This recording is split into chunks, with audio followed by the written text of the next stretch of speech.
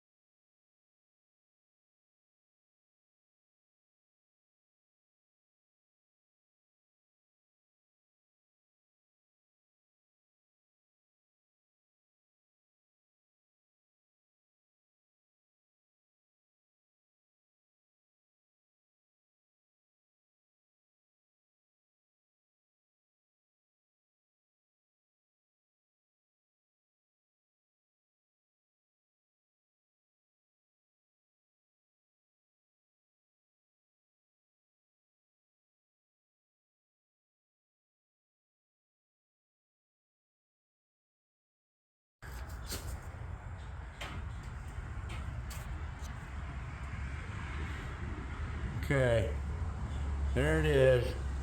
Damascus hunting knife. We'll anneal it out in the forge. You know, I'm about reusing or using what I got. So I needed a hook to hang up the hog splitter. So here's my hook I made. So what this was my son found one of these. This is a tooth off of a sickle bar mower. You know, the teeth are in here going like that, cutting that drags the ground. So I just cut that off and forged this out of it. So I'm going to hang my hog splitter up with this. So now I'm going to go ahead and glue it and kind of antique it.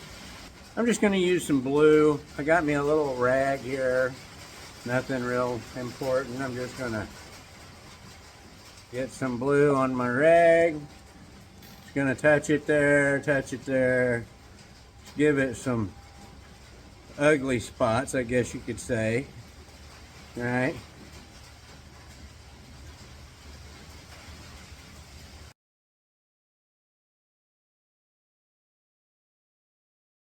So, antiqued it out. It's going to be fine to hang the hog splitter on.